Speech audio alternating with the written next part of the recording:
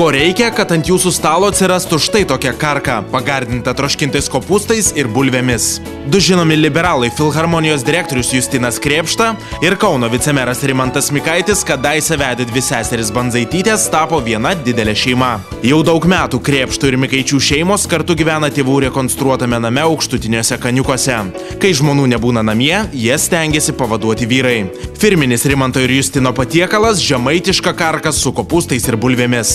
Virtuvėje abu vyrai improvizuoja aptarinėdami politikos klausimus, todėl šį patiekalą bičiuliai kartais vadina ir liberalų karka.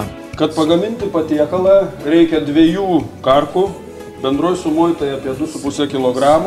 Iš vakaro reikia įtrinti mėsos prieskoniais, alyvuogių aliejum.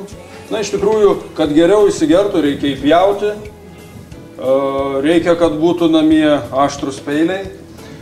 Toliau į troškintuvę dedam morkų, patepam riebalais, kad neprikeptų. Ir karkos troškinamos maždaug 1,5 valandos, vėliau išimamos ir apdedamos kopūstais ir dar apie pusvalandį troškinasi. Ir tokiu būdu gaunam iš tikrųjų labai skanų, gerą patiekalą, paprastai pagaminamą. Aišku, atskirai dar reikia išsikepti bulvyčių su lupenomis geriausia ir pietus kuo puikiausia.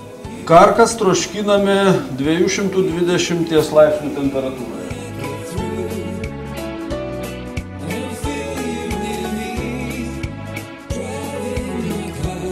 Dabar troškinosi jau 1,5 valandos ir dar uždėsim kopūstėlius ir pusvalandukas paskutinis ir patiekalas bus baigtas. Tai tradicinė mūsų karka. Tikrai geriausias tai liberalų karkos draugas yra alus ir vynas. Dar geresnis liberalų karkos draugas yra maži mokesčiai. Tai už mažesnius mokesčius.